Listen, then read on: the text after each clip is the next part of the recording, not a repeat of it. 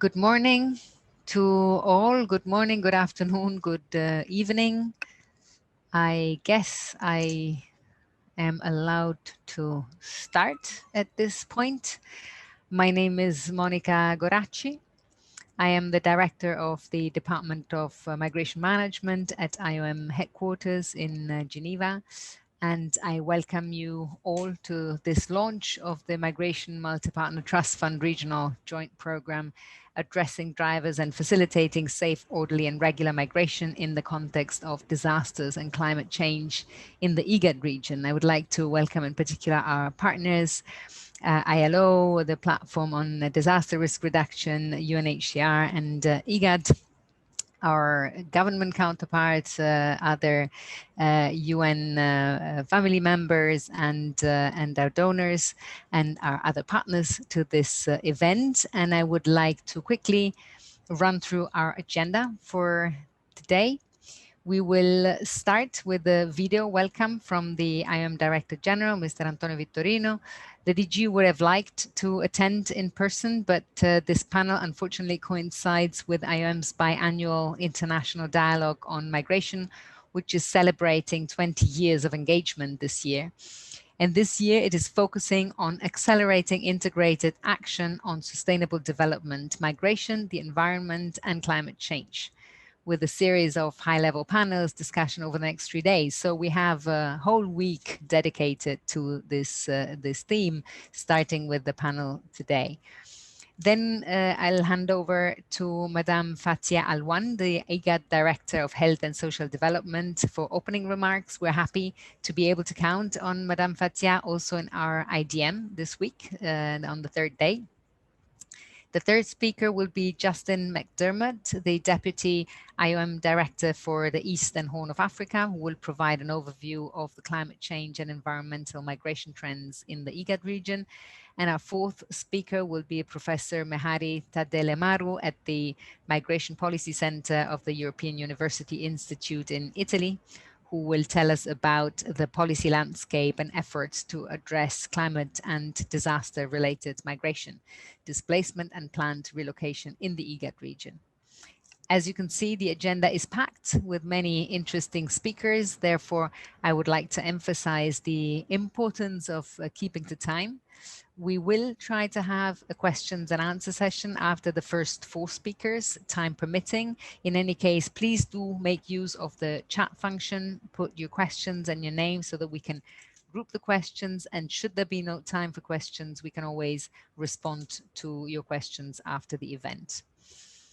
So I'll hand over to Nelly, who will run the video of the DG.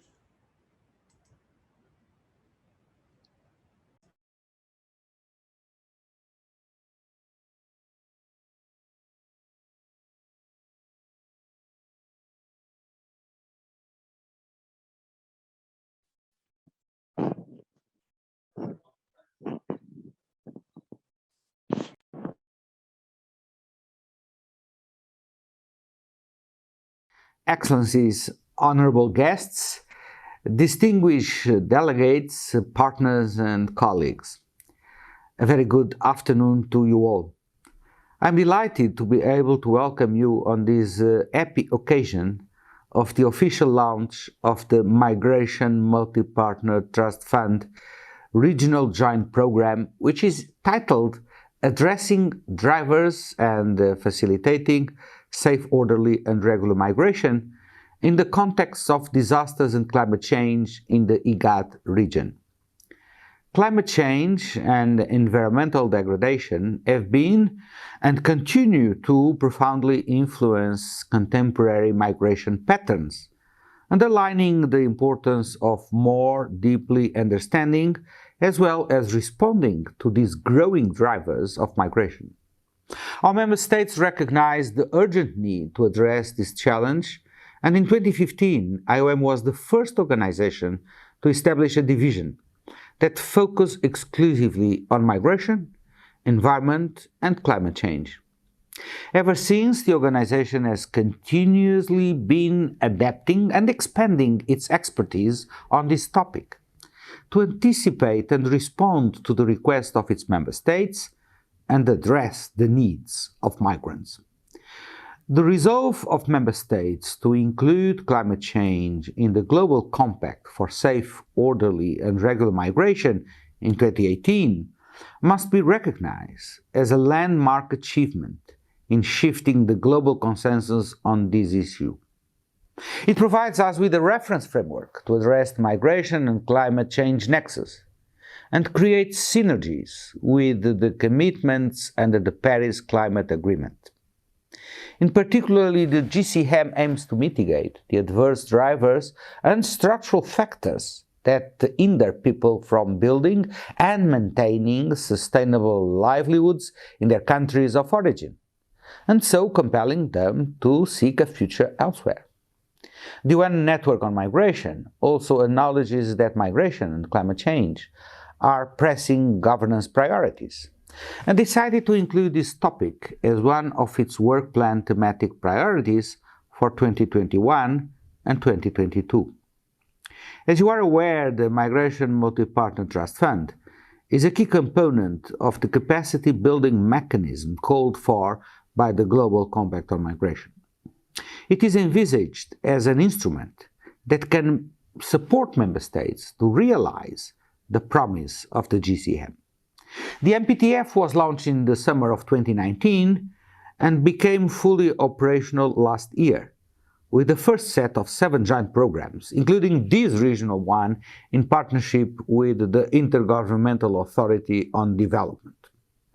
The 7 joint programs, funded to date, were selected amongst 90 submissions, and in line with the GCM's 360-degree vision, they respond to a wide range of migration contexts and aim at achieving many amongst the GCM 23 objectives. The fund is built on the foundations of the Global Compact's key principles: the need for collective ownership and UN system coherence, all aspects that are strongly embodied in the regional joint program that we are launching today. Therefore, I would like to congratulate the program team on the first regional joint program to be funded by the Migration Multi-Partner Trust Fund, and which tackles the immense and the most urgent challenge of our lifetime, the challenge of climate change and environmental degradation. I would like to acknowledge and appreciate the month of hard work, close coordination, and excellent engagement of all parties that preceded the submission of the proposal. IOM, ILO, the Platform on Disaster Displacement hosted by UNOPS, UNHCR and the Intergovernmental Authority on Development Secretariat, and the IGAD Climate Prediction and Application Center. These months of hard work have laid the groundwork for a program that is immensely important in a region like IGAD, where climate change is fundamentally challenging the ways of life of millions of people. IGAD member states have consistently demonstrated their commitment towards the implementation of the GCM, including the importance of working towards policy coherence and mainstreaming climate-induced mobility, both in regional and national policy frameworks. I'm glad to note that this commitment is also in line with the Africa Common Position on the GCM, which reiterated the need for member states to implement their commitments to the Paris Agreement in view of the negative effects of climate change in their countries. We have long understood the importance of partnerships and collaboration in tackling the challenges environmental migration. We also appreciate the regional nature of climate change impacts, and thus the need for regional responses to effectively tackle this growing threat. This regional joint program comes at a pertinent time with the renewed impetus on climate change created by the UNFCCC's 26th Conference of Parties at the end of this year. In line with this impetus, our first session of the International Dialogue on Migration, which I opened this morning, is focused on accelerating integrated action on sustainable development, migration, the environment, and climate change.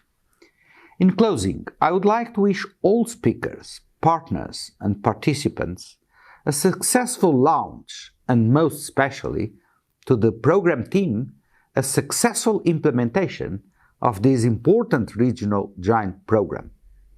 Being amongst the very first programs to be funded will inevitably bring increased visibility and amplified responsibilities. The success of the joint program is key for the success of the Migration MPTF and for achieving the objectives of the Global Compact on Migration. Therefore, I count on the team to dedicate all the necessary resources to ensure a smooth and efficient implementation to achieve sustainable results and impact. Thank you. Thank you, Director General, for this video statement. As the DG emphasized, IGAD member states have consistently demonstrated their commitment towards the implementation of the GCM, including the importance of working towards policy coherence and mainstreaming climate-induced migration in regional and national policy frameworks. And this commitment is evident in the close collaboration, engagement and support from the IGAD Secretariat and the IGAD Climate Prediction and Application Center in the development of this MPTF joint program. I'm therefore delighted to invite Madam Fatia Alwan, the IGAD Director of Health and Social Development, who is spearheading the migration work at IGAD, to provide her, as all, with her opening remarks. Madam Fatia Alwan, you have the floor.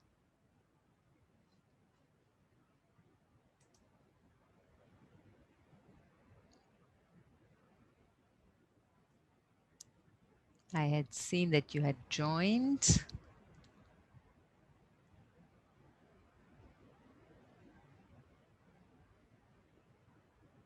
If you are speaking, you may be muted.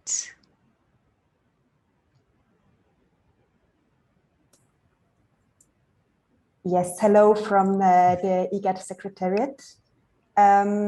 I'm the Disaster Displacement Advisor. My name is Lena Brenn. Sorry Hi, for Lena. stepping in for Madame Fatia Alwan. Maybe she will take it over afterwards, but she is actually just traveling today. So we already thought that maybe there might be an issue with the connection. So I will deliver actually the opening remarks then on Madame Fatia's behalf, if this is fine. Thank you. Thank you. Thank you. It's fine. Go ahead. So it is actually a pleasure to be here with you at the launch of the joint program. And it is, as it was already mentioned before, it is actually the first regional program funded by the Migration Multi-Partner Trust Fund. And we are very grateful for this opportunity. This program actually comes at a very timely moment because human mobility in the context of disasters and climate change is actually a serious challenge in the region. The figures that were just released by the Internal Displacement Monitoring Center show that in 2020 alone, almost 3 million people were newly displaced by disasters and the adverse effects of climate change in the IGAD region. And often disaster displacement occurs in places that are already affected by conflict and violence. And with 2/3 of the IGAD region being arid or semi-arid, we are also regularly faced with the wide range of natural hazards leading to displacement and migration. So in the past 10 years, we have experienced 2 major drought crises in the Horn of Africa. The one in 2011 and 2012, affecting over 13 million people across Ethiopia, Somalia, and Kenya. And the drought in 2016 and 2017, affecting over 15 million people. And we see today that many of the people who fled the severe droughts in the region have been unable to achieve durable solutions and are still living in displacement. But we are not only affected by droughts, but also sudden onset hazards such as floods, landslides, and storms. So for example, last year, the unusually long and intense rainy season caused the worst flooding in Sudan in a century. But we have also experienced tremendous flooding in actually all IGAD member states. So even countries like Djibouti, which are known for their very hot and dry climate, now experience floods several times a year. And the floods also helped to fuel the worst locust invasion in 25 years, leading to food insecurity and forcing farmers to move in search of assistance. But people are also migrating to cope with the negative impacts of climate change. So for example, pastoralists use migration as a traditional coping method to access water and grazing lands in times of environmental stress. And managed properly, migration has the potential to support affected communities to better cope with slow onset events. To address the challenges and opportunities, IGAD has been working on human mobility and climate change for several years now. And this includes the following. First, we have worked with member states to raise awareness about the link between climate change and human mobility and to identify challenges and solutions. So together with the Nansen Initiative, we have organized a regional consultation in 2014 in Nairobi, which was then the first in-depth discussion about IGAD member states, with IGAD member states about the link between climate change and human mobility. And later in 2017, we continued the discourse at the IGAD regional consultative process on migration. The second thing we are working on is that we are supporting the development and implementation of policies related to migration and displacement in the context of disasters and climate change. And this includes, for example, the translation of global policies like the SDGs, the Paris Agreement, the Sendai Framework on Disaster Risk Reduction, of course, the Global Compacts on Migration and the one on refugees, and the Nansen Initiative Protection Agenda on cross-border disaster displacement, translate them into regional and national policies and action. In this regard, we have, for example, supported our member states to advocate for the inclusion of climate change into the GCM. We are currently also working with partners like the Platform on Disaster Displacement, the Norwegian Refugee Council, and the United Nations Office for Disaster Risk Reduction to support member states in the integration of displacement and migration into the regional and national policies on disaster risk reduction, climate change adaptation, and development. And we will build on this activity under the Multi-Partner Trust Fund program. At the regional level, the new IGAD Free Movement of Persons Protocol, which was endorsed in 2020 and will be adopted by the Council of Ministers in the coming months, also presents a unique opportunity. We successfully encouraged the member states to include a specific provision for people affected by disasters. And this is actually the first time that the Free Movement of Persons Protocol addresses the needs for disaster displaced people.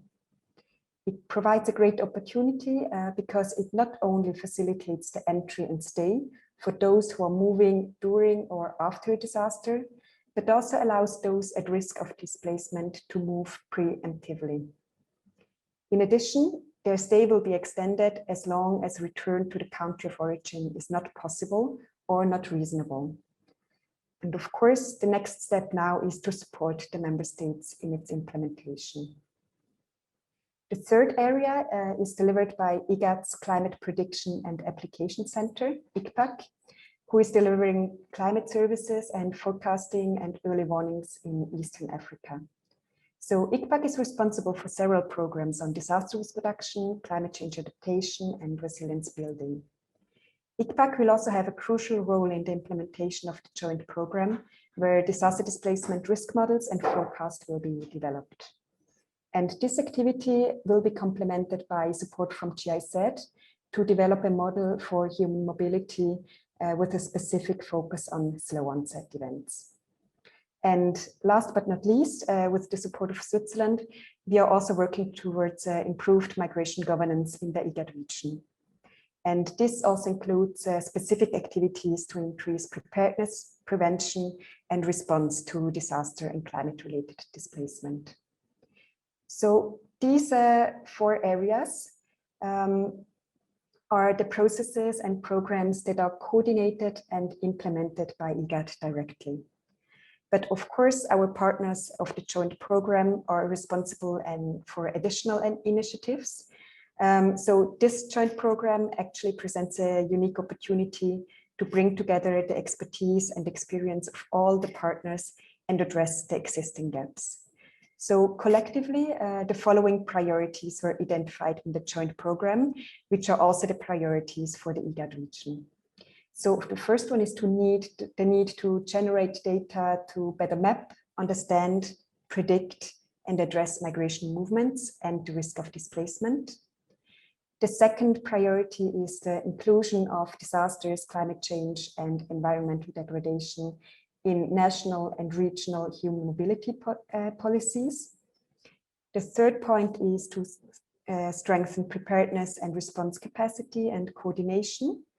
And the fourth point is to support the implementation of regional and national human mobility frameworks to enhance the availability and the flexibility of pathways for regular migration. And you will hear more about these four pillars in the next presentations. So IGAD can be considered actually as home of all these different initiatives and programs in the region, kind of holding everything together and act as entry point for the engagement with our member states. And like this, we can ensure a holistic approach to human mobility in the context of disasters and climate change in the region. We are also benefiting from the fact that we actually do not need to start from zero. We do have existing policies and structures that are in place that can help us to drive the agenda forward and ensure that the member states can take it up at the regional, national, and local level. So the interventions from this joint program will be embedded within the government structures and platforms, such as the national coordination mechanisms on migration, the regional consultative process on migration, the Greater Horn of Africa Climate Outlook Forum, and the technical working group on disaster risk reduction. So this will also support the whole of government approach because human mobility in the context of disasters and climate change is a cross-cutting issue, and it requires the involvement of not only the migration and displacement actors, but also the ministries responsible for disaster risk reduction, climate change, and development. And with this, we are all looking forward to work together with all of you and support our member states to better prepare for, prevent, and respond to disaster displacement and contribute to facilitating regular migration in the region. Thank you. Thank you, Lena, for these opening words and for providing us with the climate change impact in figures.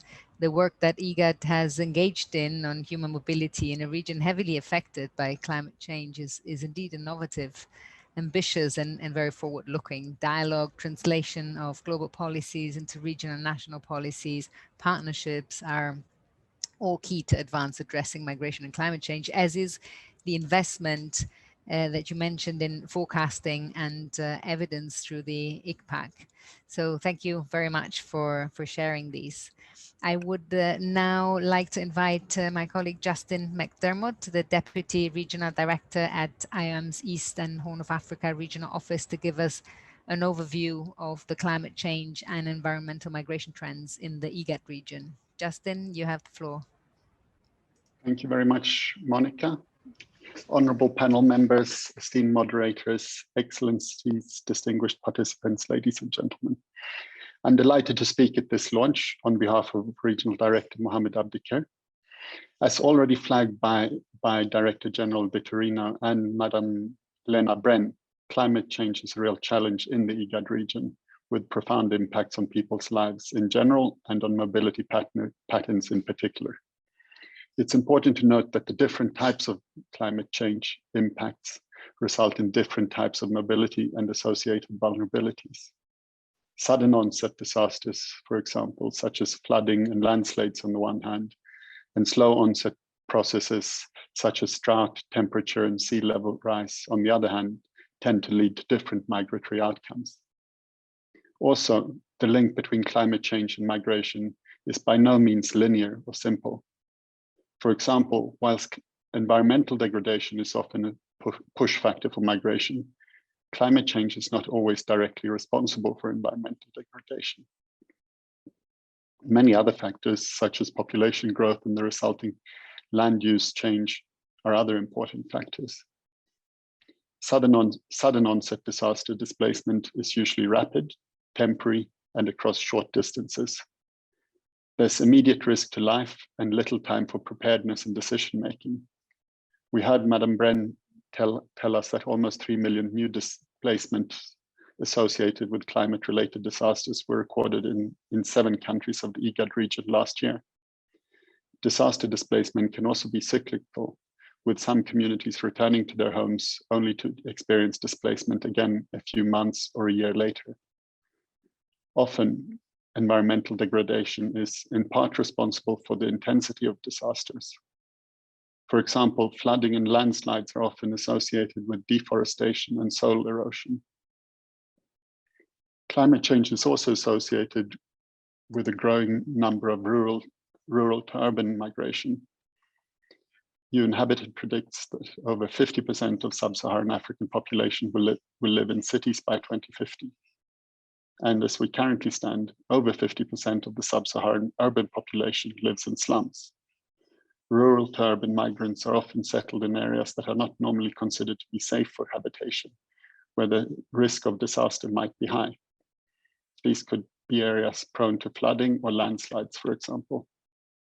The effects of climate change can further exacerbate the challenges that migrants already face in our region, such as poverty, inequality, infrastructure deficits, and housing. And in particular, we're aware that the gender dimensions of climate change and migration means that women and girls are affected more negatively in most communities. The impacts of slow onset climate change processes are also compounded by many other indirect pressures, most of which are related to livelihoods and economic loss. For a region like IGAD, where a large part of the population is highly dependent on natural resources for their economic survival, the effects of climate change on livelihoods is likely to be a critical factor in migration decisions. It becomes obvious then that if we don't support migrants' access to pathways for safe and regular migration, they are left with few options but to take irregular pathways, even though the associated costs and security risks are higher. We know that migration has cost implications. Therefore, we must also recognize that there are many communities in the IGAD region who cannot afford to move and suffer from forced immobility. If migration is used as an adaptation strategy to climate change and environmental degradation, then the inability to move can be devastating. This typically occurs when cycles of poverty erode people's resilience. IDPs living in situations of protracted displacement are an example of this. The regional joint program therefore comes at an opportune time when, as stressed by Director General Vitorino, the global consensus has shifted towards a recognition of the importance of decisive action on climate change and migration. For IOM, which has been engaged in migration, environment, and climate change in the Eastern Horn of Africa for almost a decade, including by investing in a dedicated regional specialist on the matter and several country-level projects in the region. The program is the culmination of our increased engagement in, commitment to, and partnerships around this topic. We're particularly excited to work with IGAD, with whom we've been engaging on this topic for many years. In 2017, during the 9th meeting of the IGAD Regional Consultative Process on on climate change and human mobility, member states highlighted several recommendations, among them the importance of working towards policy coherence and mainstreaming climate-induced mobility in regional and national policy frameworks. I believe Madam Bren mentioned this point as well. In this regard, I would also like to recognize that 2 months ago today, IOM and IGAD signed a new memorandum of understanding, which, amongst other things, underlines the importance of working together on climate change and addressing adverse drivers of irregular migration, whilst also facilitating mobility and regional integration, some of the core components of this program. The IGAD Secretariat and its member states have also consistently demonstrated their commitment towards the implementation of the Global Compact for Migration, the GCM. Prior to the adoption of the GCM, IGAD member states held national consultations whose recommendations fed into the GCM discussions and its subsequent adaptation. In 2019, several member states held national consultations to identify their GCM priorities, and to date, 3 have submitted their voluntary national reviews on the GCM, which will feed into the upcoming regional reviews of the Global Compact for Migration. I would also like to recall our strong partnership with all the other partners of this initiative, as expressed through commitments at the highest level between our heads of agencies and headquarters. In closing, I would therefore like to applaud the regional MPTF joint program team, comprising of all partners, for developing this initiative that addresses climate change and environmental migration in a comprehensive manner, tackling not only the prevention, but also the longer term development needs of communities who are vulnerable to climate change, and working both at the regional as well as community level. Thank you very much. Thank you.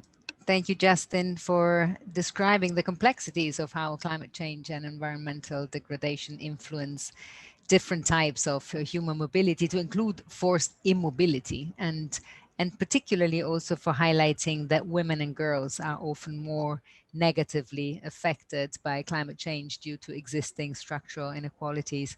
You have rightly emphasized the importance of working on pathways for safe and regular migration to counter irregular migration.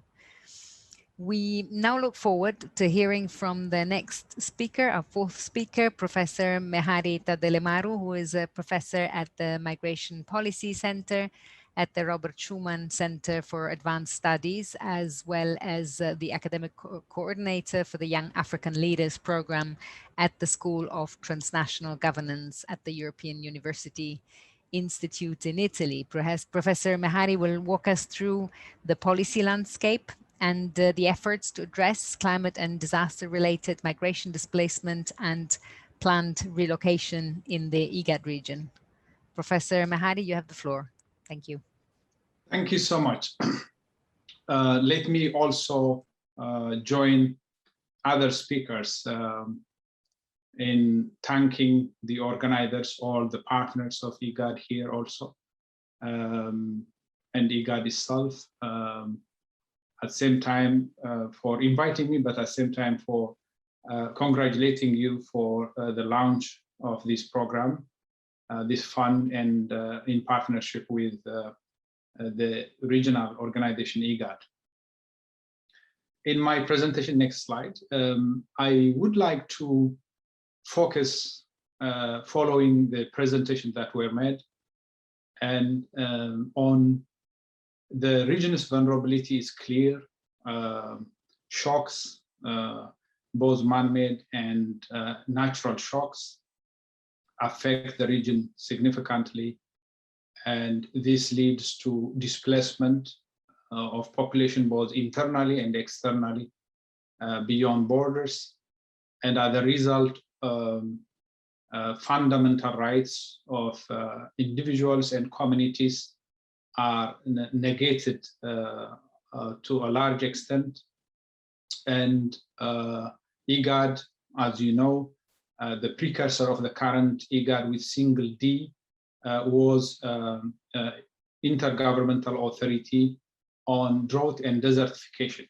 So it's within its DNA, within IGAD, that it deals with climate change and its impact on populations, and how to mitigate the impacts on the population, and also build capabilities to towards resilient system, resilient communities, and so on. And for that reason, there are blueprint policies that highlight this in detail. One that has been mentioned already is IPAC, a very important center that serves IGAD member states and beyond in the Eastern African countries. But the IGAD Establishment Agreement, as a follow-up of the double D IGAD, also carried most of the activities and the mandates that are critical. I will come back to the IGAD agreement in the next slide. But the IGAD Regional Migration Policy Framework, which was developed with the support of many of the partners, including IOM and others, the ICPAL, which focus on pastoralist communities, which has developed many frameworks and documents, including the transhumance protocol, which is a complementary of the free movement of persons, but for transhumans in the region, as it's one of the biggest hosts of transnational communities and pastoralist communities. You have also the IGAD protocol, which was already mentioned by our colleague from IGAD on behalf of Madam Fatia. The free movement of persons for the first time has included with a provision that addresses the specific concerns, specific needs of people in the region who might be forced to leave their countries and habitual residence to another country, and to facilitate their movement when they are in need as a result of drought, disaster, and other kinds of shocks. That's very important, and with the support of PDD and also especially Professor Walter Karin, we were able to provide a provision in this regard that addresses both the right of asylum, which is provided already on existing UN Convention or AU Convention, but also it facilitates movements of other disaster-affected population, and the provision later on, if time permits, we'll see. The IGAD protocol on cross-border resource sharing has been there, and IGAD water policy also tries to address transboundary water resources and their implications for both agriculture and beyond on addressing disaster and building resilience of the communities. Next slide, please. And coming back to one point, IGAD has been from the beginning on cross-border cooperation and border governance, which is very important in the context of IGAD, where kin communities rely on the assets of other, on the other side of border, and also among themselves to support in the time of needs. And Article 7 of the agreement establishing IGAD is clearly, it provides on issues of cross-border migration, cross-border ecological resilient systems, issues of free movement, the need for political and economic development of borderland, which are highly vulnerable for various reasons, are the function of socioeconomic situation or marginalization, vulnerability.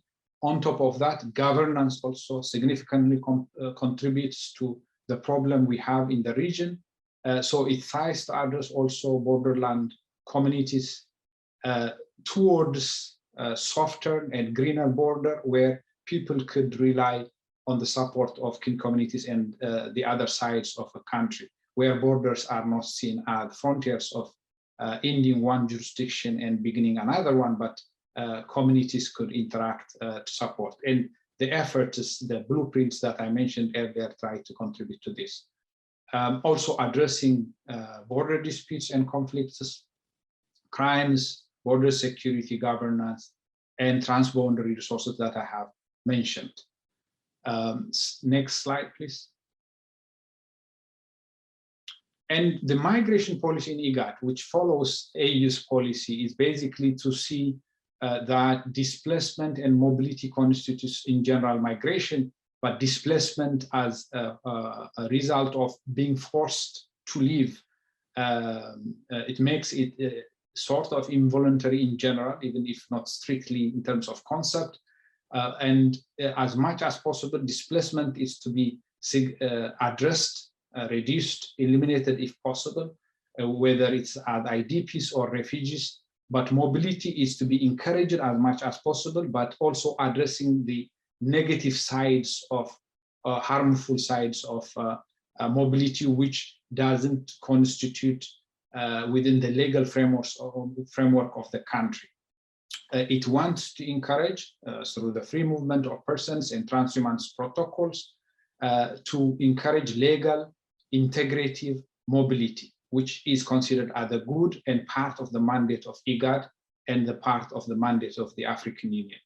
Next slide, please. And aims of cross-border cooperation in general has twin functions.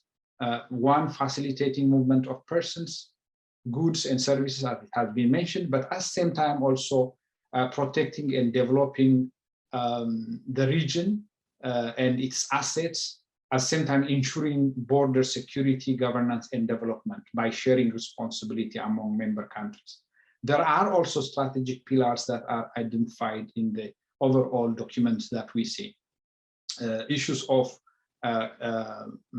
enhancing capabilities for border governance, also prevention of border security threats and transnational threats, enhancing mobility, migration, and trade facilitation in the region, cooperative border management and borderland development and community engagement as a way of governance.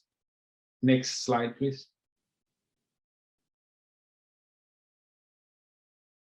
Now, coming back to the free movement of persons, it has already addressed, as it has been mentioned, the main issues of the challenges that the region faces and how it affects the population in the region. And this protocol on free movement of persons under Article 90 tries to address the adverse effects of drought, famine, climate change, environmental degradation, and other precarious situations. And it tries to facilitate the movement of people who are vulnerable, affected by this, and that they will not be subjected to unnecessary procedures that could even add to their vulnerability in the region. And this is very important, that it facilitates their extension, facilitates the extension of stay and exercise of rights in the region, during the time where the disaster basically affects their livelihood and their chance of staying in the place of origin. Next, please. Recent trends in policy directions, we can see that there are a lot of efforts in with the mega elements, the bigger picture in the region, are that there is a lot of movement towards pragmatic local strategies, basically going to local and micro resilience, building resilience in the system. One of them, as I have mentioned earlier, is, for example, the different resilience programs. The Nairobi Declaration focused on local integration. The issue of the Kampala Declaration also on livelihood of those refugees that are hosted in the region, and how to build generally a resilient system in the region. And this is about community resilience, building and mobilizing community assets, including in border areas, localization of decision-making powers, but including financial powers, national level protection of population at risk as important element. If you see the strategy of IGAD, it is built on basically on enabling at national level and local level populations to be able to build a resilient system. Supporting conflict-sensitive disaster recovery and resilience system, that it takes into consideration governance as a very important element to be addressed when disaster response will be more effective, more accountable, and more transparent to the local community.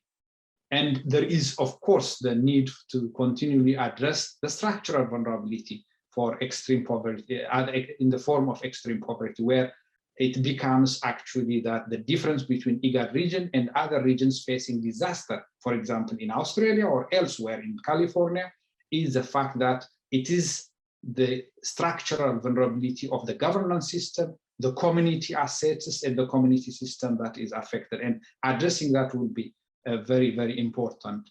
And we have also a focus on capability building, the capability framework, basically on the predictive capacity or capability, where scientific and other kind of capacities like ICPAC can contribute to the predictive capability of the region and member states and at local level, which is early warning function.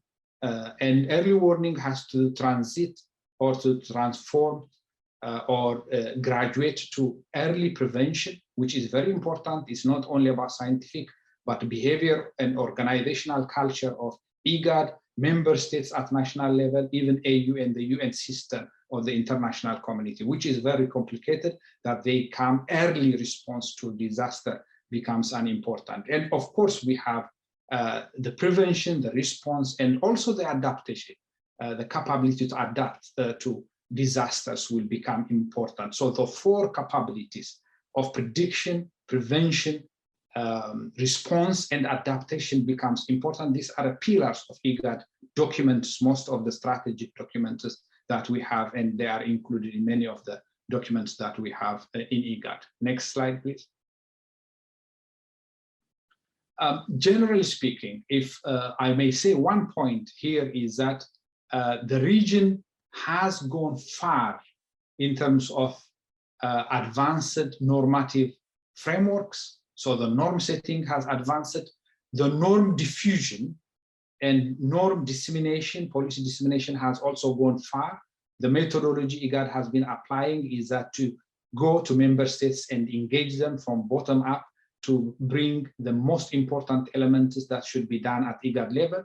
But at the same time, the formidable challenge currently is actually the implementation, norm implementation.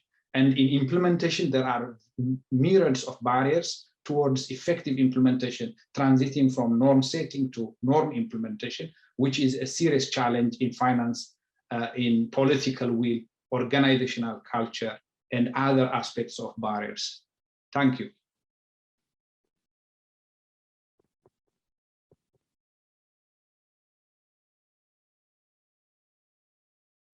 Thank you, Professor Mahari. I was looking for the unmute button on my screen.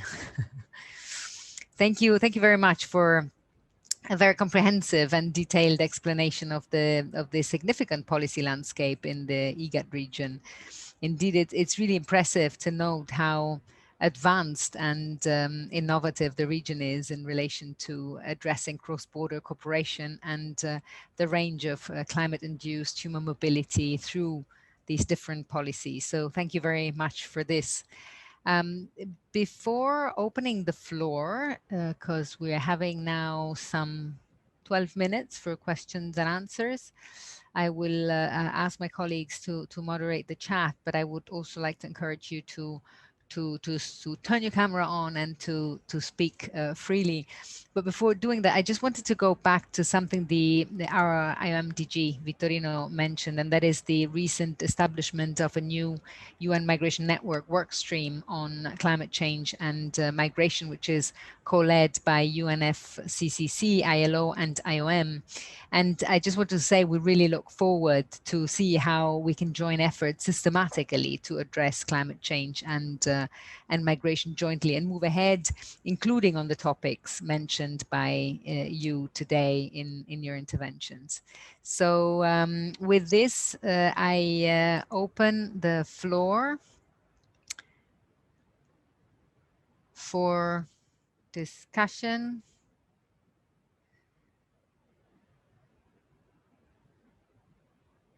There is a question.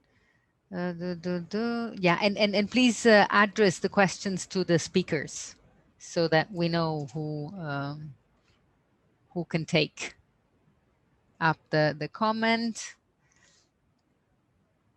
There is a question. What do you mean when you say that there are different types of human mobility in relation to climate change?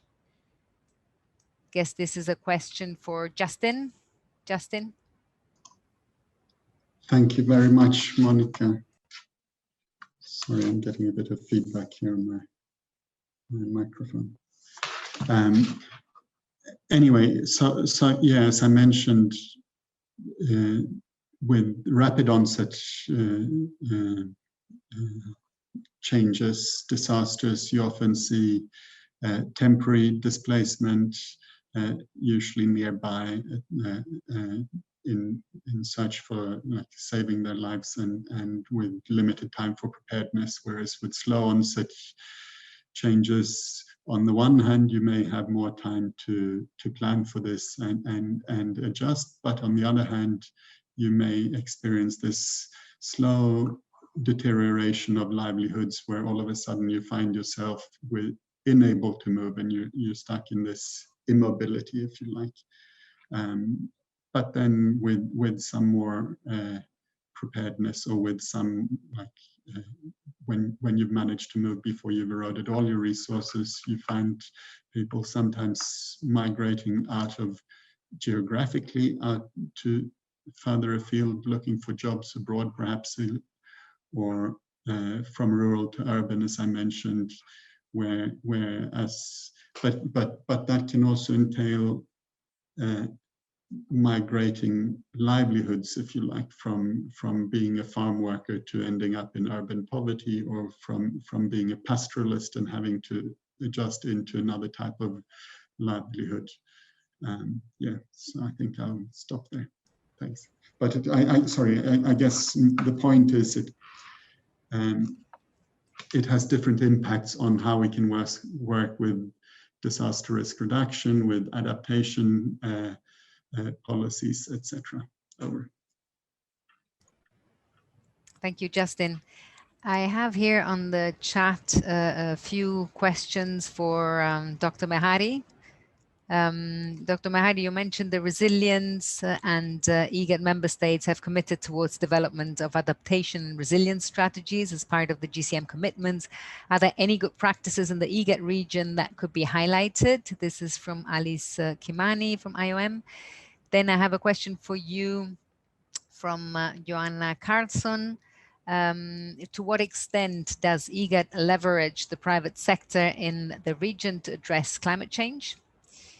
And then there is another question for you. At what point in time do you look forward to roll out a media awareness using the different platforms, electronic and print media, for the population to know? I group them so that you can answer the three of them. Dr. Mehari. Thank you. First disclaimer, I'm not an official of IGAD. I can't speak on behalf of IGAD. I work from time to time with IGAD in many capacities, but I'm not really representing here as IGAD representative. Maybe there are some others who can answer this one official as authoritatively. I'm answering the as scholar following and working with IGAD.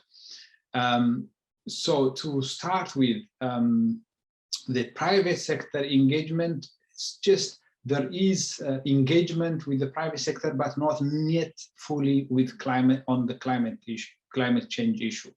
Efforts has been made in the normative framework. The role of private sector, especially private-public partnership, in areas that are significantly affected by climate change, particularly desert and desertification issues, on drought resilience systems, and so on. They have been elaborated in detail. In actual work, the private sector role is not yet fully tapped into.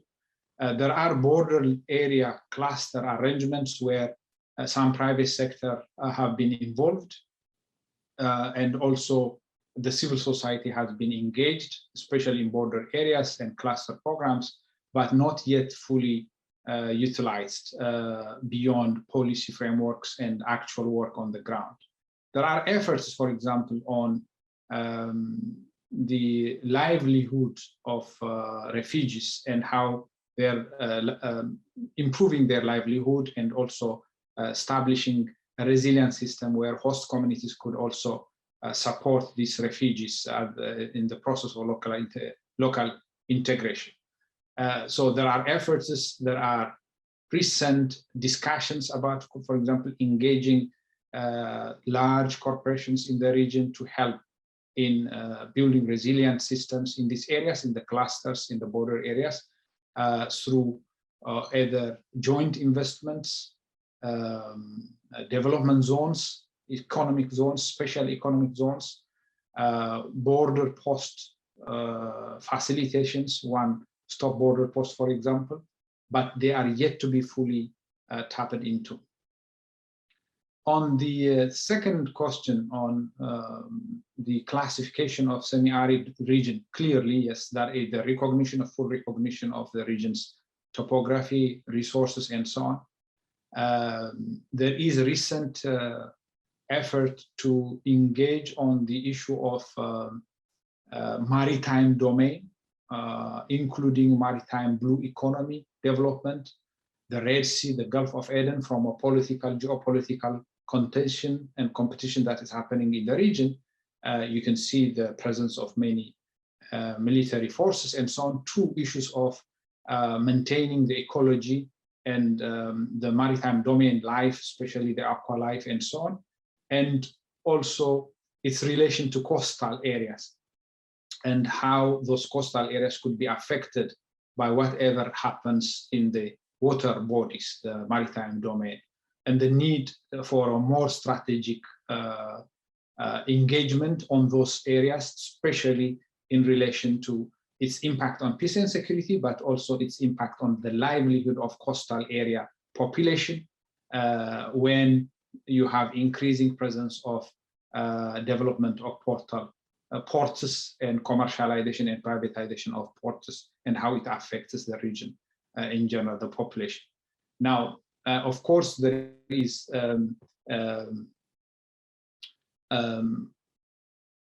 there are sufficient statistics on climate-induced migration, sufficient enough to inform policies and to implement, but it needs a lot of more statistics refined, especially micro statistics on data on the ground.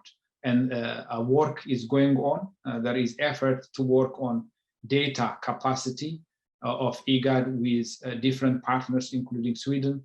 And this is ongoing process that may have a big potential to influence policymaking to be more evidence-based, but also micro data-based policymaking. The last one on media awareness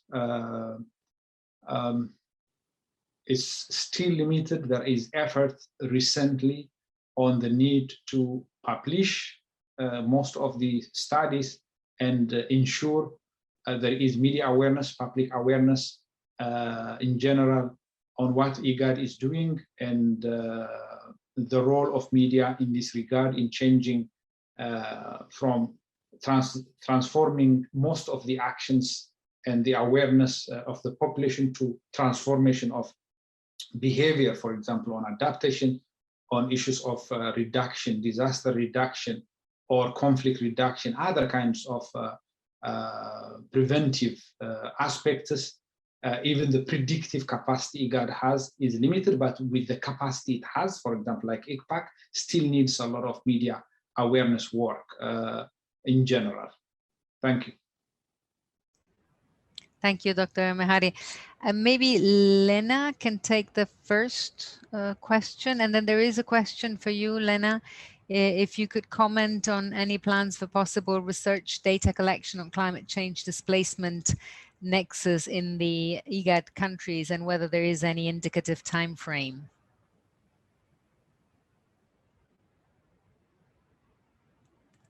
I think you're muted, Lena. Yes, thank you. And as Dr. Mehari has just said, I think there are different issues that are actually being done right now and in the pipeline. So of course, one project is the one that Dr. Mehari has just mentioned, that we're actually having a project to improve the migration statistics. And this also includes, of course, the people who are moving in the context of disasters and climate change. But there are actually a lot of different research studies that will also come in the coming future. So of course, some of them are included already under the Multi-Partner Trust Fund.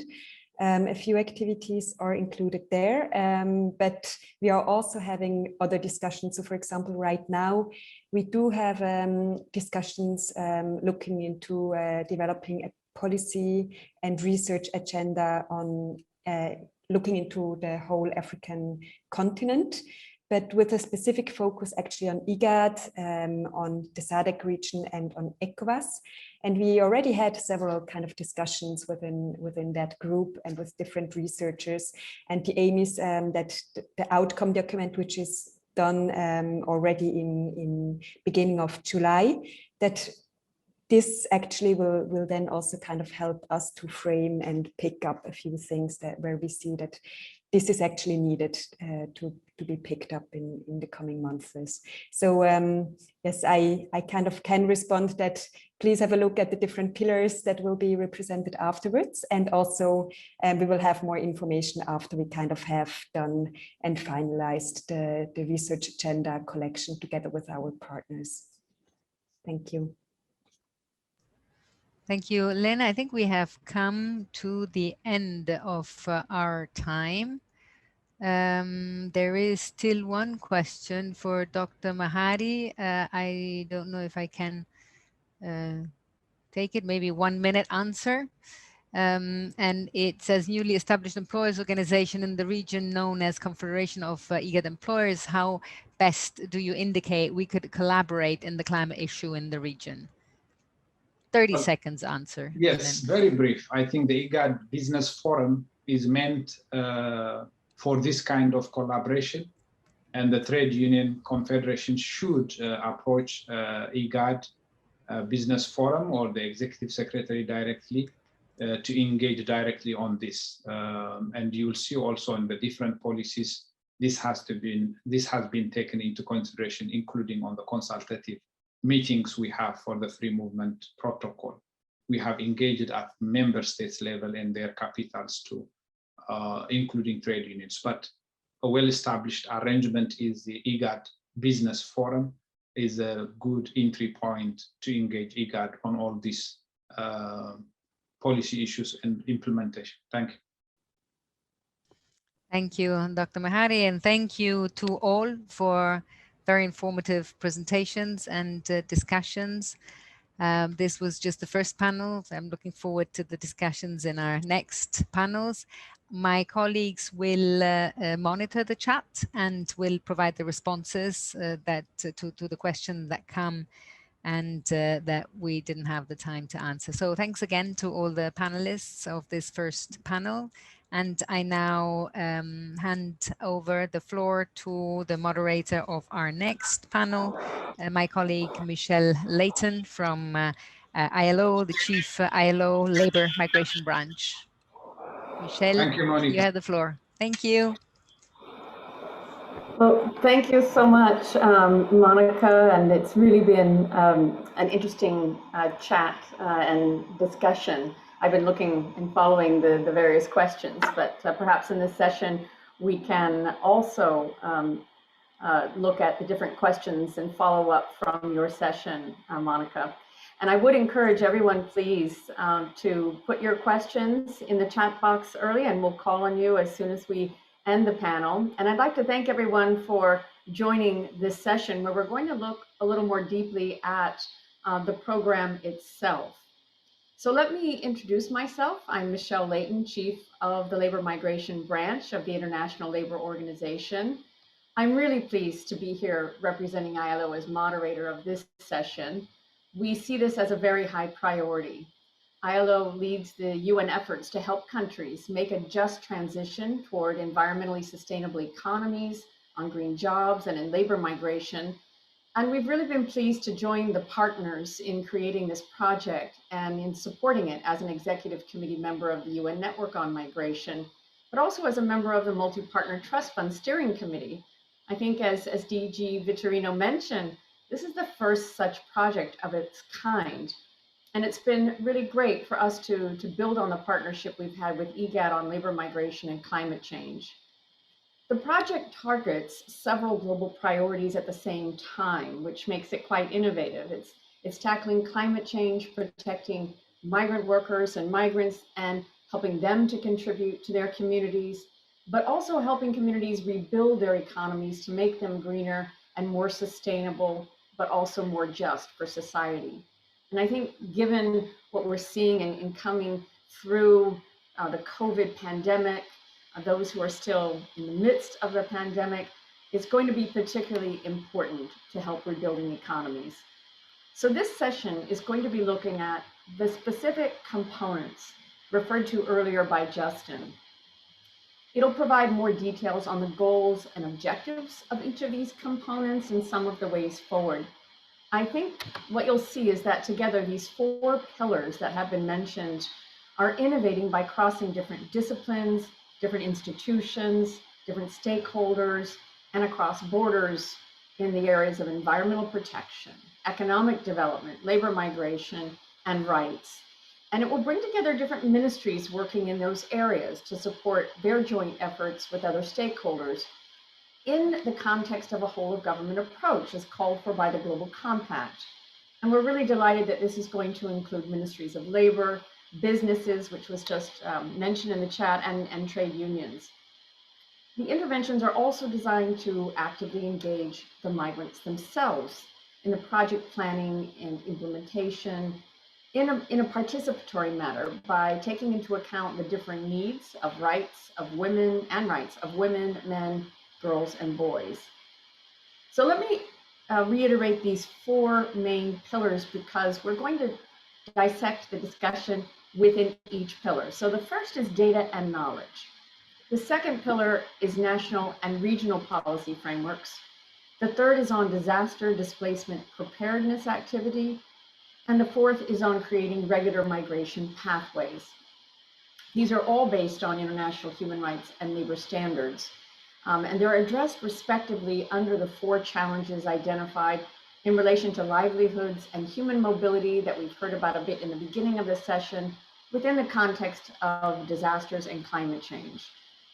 The participating UN agencies and their mandates, their respective mandates and expertise, we think coming together will lead some and collaborate some on the pillars, but together will enhance the outcome and the impact of the project. Now, for many years, we have been concerned that migrants who are forced into irregular channels are often also forced into irregular employment. And this puts them at risk of having their rights not protected, but also not being able to fully contribute their potential while being trapped in what may be precarious employment in the labor market. That this also means that countries are not utilizing the potential skills and talents that these migrant workers can bring. So the project will focus on bringing tools to the region that can help governments ensure these movements can be positive, while also helping communities prepare and prevent forced migration related to climate change, and including creating opportunities for green jobs. The data collected and together with international human rights and labor standards, tools, and guidance will be made available to support the IGAD and governments to design and implement climate adaptation and migration strategies and policies that are both beneficial and sustainable. And there will be an attempt to really integrate these areas, which has really been challenging in the past. So let me conclude this introductory opening by just saying that the outputs, the policy work, the operational results that we achieve here will be feeding into important global policy discussions. And that includes the Climate Conference of the Parties coming up at the end of this year. Also, it includes the implementation and looking at the guidance that was adopted in Katowice in the Conference of the Parties and through the WIM Task Force on Displacement, but also linking to what Lena or Monica has just mentioned in terms of implementation of the Global Compact through the new UN Network Migration Working Group on Climate Change. So with that, I'd like to now turn the floor over to the speakers, and we're going to start with Pillar 1. to support national governments in IGAD region to have a better access to quality data, to evidence on disaster displacement, and other forms of human mobility. And I'm really delighted that we have Ahmed Ahmadi, who's a regional disaster risk assessment specialist at the IGAD Climate Protection and Application Center to start us off. So Ahmed, please, you have the floor if you'd like to turn on your... Thank you, Michelle, and thank you very much. I will be presenting the pillar one of this exciting project in partnership with all UN agencies. So if you can go to the next slide. Yes, under pillar one, which is on data and knowledge, the participating UN organization are actually UNOPS under PDD, as well as IOM is also part of this. In terms of partners, the Risk Modeling Agency, which is yet to be on board, as well as IGAD and ICPAC are partners in this or under this pillar. In terms of the support that's anticipated or expected under this project, it's expected that IGAD member states will have access to quality data as well as evidences in terms of interlinkages between climate change, disasters, and human mobility in general. Obviously, the prime beneficiaries are IGAD and ICPAC. That's why actually my colleague, if I can borrow her word, this is an exciting opportunity for IGAD and ICPAC, particularly to explore and to broaden the evidence base of the nexus between climate change, disasters, and human mobility. Next slide, please.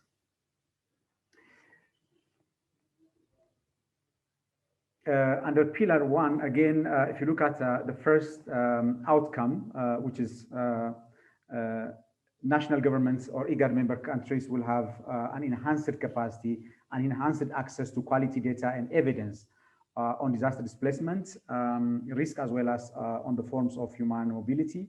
There are three outputs under this one, and obviously the first one is to develop a methodology and models that will predict human mobility as it relates to disasters and primarily on sudden onset disasters, floods and landslides. That is what is envisaged. The second output under this is again to develop a decision support tool, I would call it, and to collect also relevant data to support or to substantiate the model in order to provide and advise on anticipatory actions to the member states and to stakeholders. Thirdly, as an output three, IGAD and ICPAC will have more enhanced capacities, particularly on displacement, climate change, and environmental degradation, as well as migration nexus. So that is really what we are looking forward to further enhance the capacities. If you look at the specific activities under each of these three outputs, under the methodology and models, for instance, we are anticipating that data will be collected from the countries, from member countries of IGAD, and we'll be able to also develop a risk profile, which is very, very important data. As we all understand, risk is a factor of not only hazards, but also vulnerabilities and coping capacities. So data along that line would be collected as a risk profile. And finally, this data would be validated in collaboration with our member states.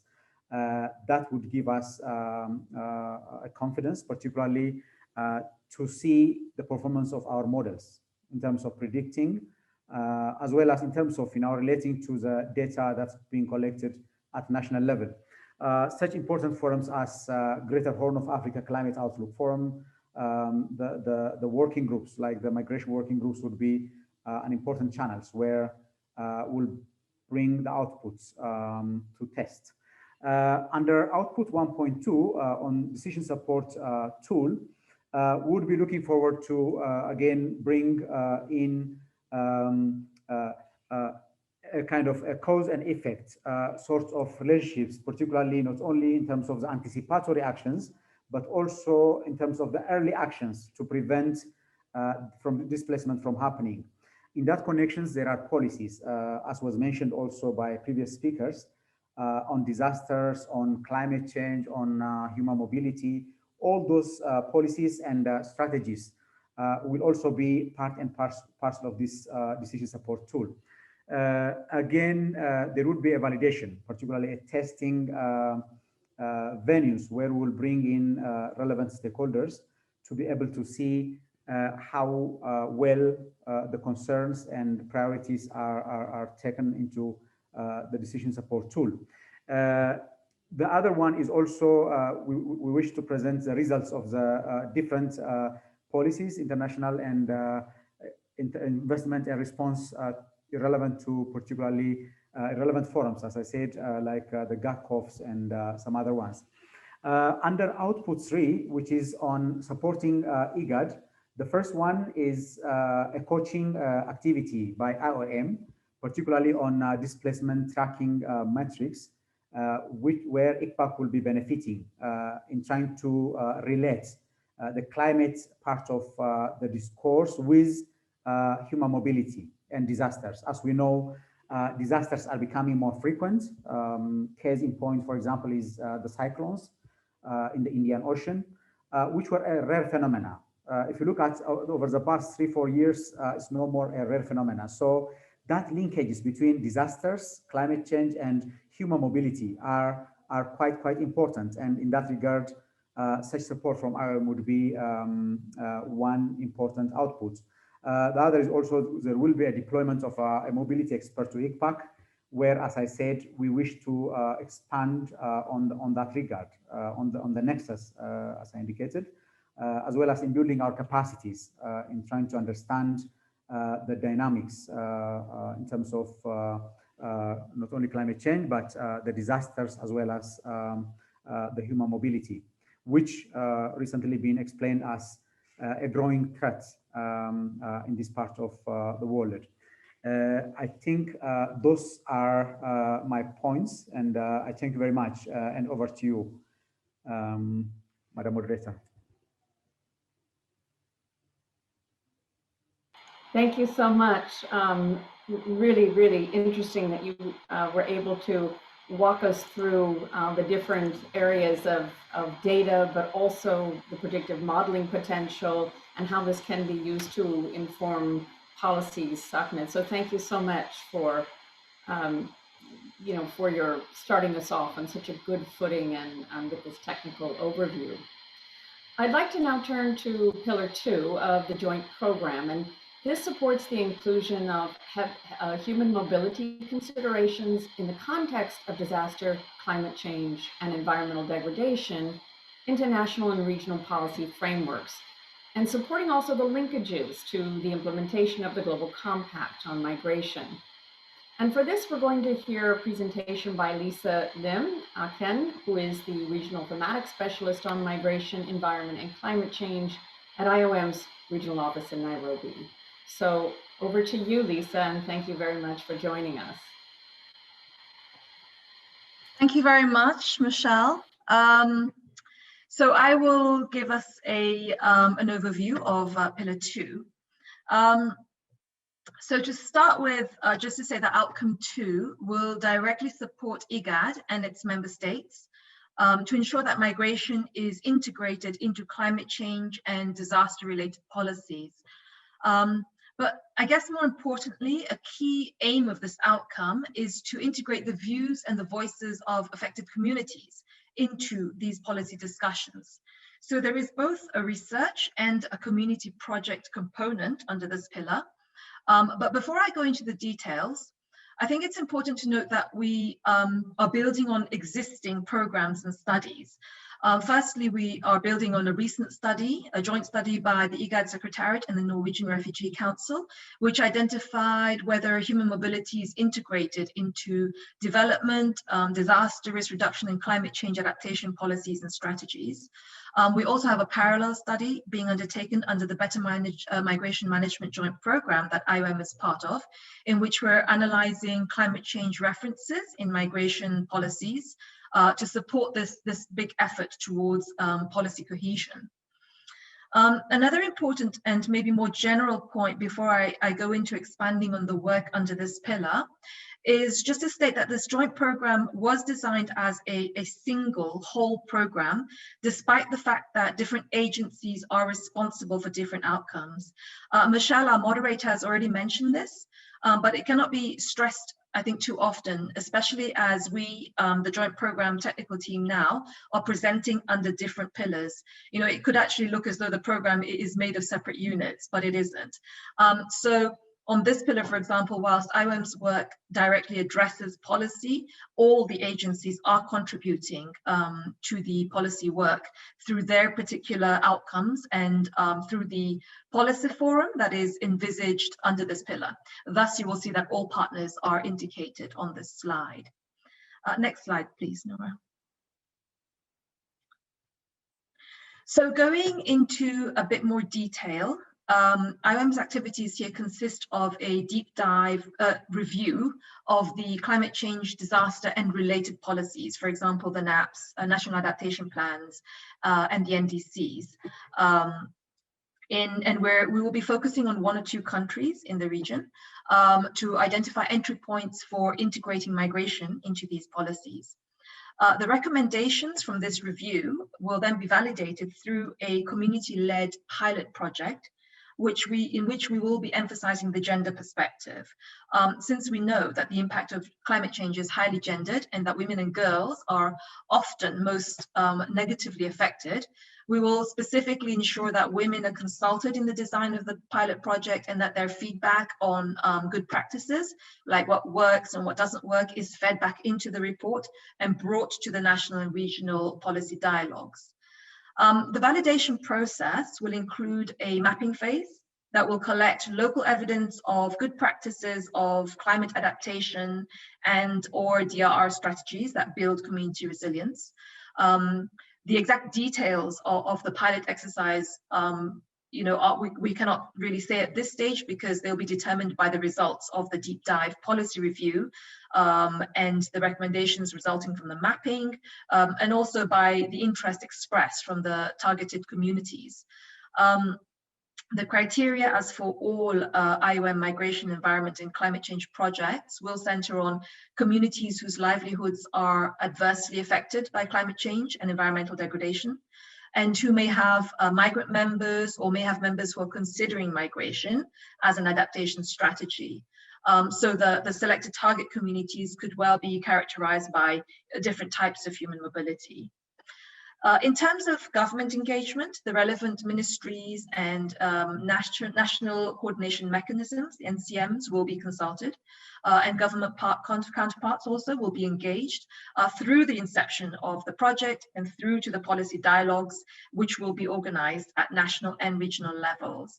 A similar implementation strategy you will see will be utilized under Pillar 4, after IOM has conducted the regional review on the green economy and related policies, but you'll hear more about this in the presentation on Pillar 4. And finally, as I mentioned before, however, that these policy dialogues that we envisage as being the forum in which we bring lessons learned will be a lot more comprehensive than what is presented here under this pillar, because the findings and lessons learned from each of the other 4 pillars, 5 outcomes in all, will also feed into these policy discussions. So just as an example of the first pillar that was presented, the model that is used to assess disaster displacement risk will also be used to support policy decisions. So that's over from me, and I hand back to our moderator, Michelle, for the next presentation. Thank you. Thanks so much, Lisa, for especially going over the the fact that this is going to build on existing studies and feed into mappings, and then hopefully into pilot work, and eventually into having a much broader impact on policies. So let me now turn to the third pillar for discussion, and that is focusing on supporting better preparedness, operational readiness, and regional and bilateral cooperation in order to respond to cross-border disaster-induced displacement. And I'm really pleased to hand the floor over now to Atle Solberg, who's the head of the Secretariat on the Platform for Disaster Displacement, who will provide an overview of this pillar. So Atle, you have the floor, please. Thank you, Michelle. I hope you can hear me okay. You're nodding. So thank you so much. First of all, I wanted to say how excited we as Platform on Disaster Displacement, or PDD, we are for joining this joint project. As many of you may know, that PDD as such is a state-led initiative and is currently under the leadership of Fiji, with France as vice chair. But we are hosted by the United Nations Office for Project Services, UNOPS, and that gives us an opportunity to participate in this joint project and to bring to the table some of our technical expertise and capacities and experience. So I just wanted to say upfront how excited we are to join the other participating United Nations organization and IGAD and ICPAC. I also wanted to stress what Lisa said in the previous presentation. The entire project is by everyone. So the fact that we are presenting on Pillar 3 doesn't mean that all agencies are not part of it. We're all working on this together. But from an administrative point of view and from almost like a work plan point of view, we will be leading on this activity. So that is why we are presenting on this part. And it's very close to what the PDD is all about. What we would like to aim for this pillar is for countries and communities to be better prepared for situations where people are displaced in the context of disaster.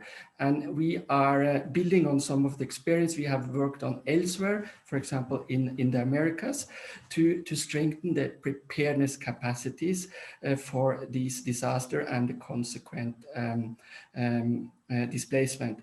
We have two key ideas of what we want to get out of this pillar 3. One is to be strengthened preparedness and operational readiness of countries and communities through bilateral and regional cooperation, because we know that disaster will strike again. So we would like to build on what we have done in the other pillars of the project, identifying where we will most likely see displacement or where we have to be prepared for displacement in the future, and then strengthen the preparedness.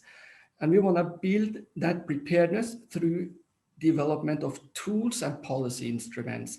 And one key tool we are working on or will work on is the development of standard operating procedures. So you have the tools in place and the pathways in place, so you know how to coordinate and how to respond the moment a disaster strikes and you see consequent displacement. So these are the two key ideas of this pillar 3.